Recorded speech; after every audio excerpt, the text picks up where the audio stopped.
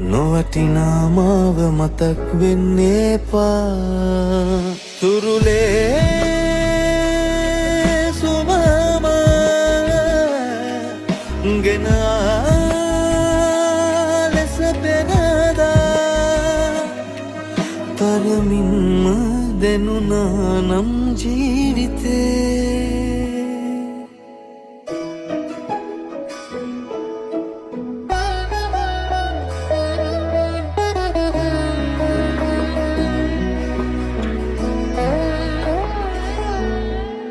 අංගාර වැස්සේ උතුරන ගංගාවගේ පැමිණි දුකම මහමෙරක්සේම දරන්නුන් එදා. රෑනින්ද බෝවෙන්න හිතලා ඇගාවමා නින්ද වැරුවා රැකගෙනහි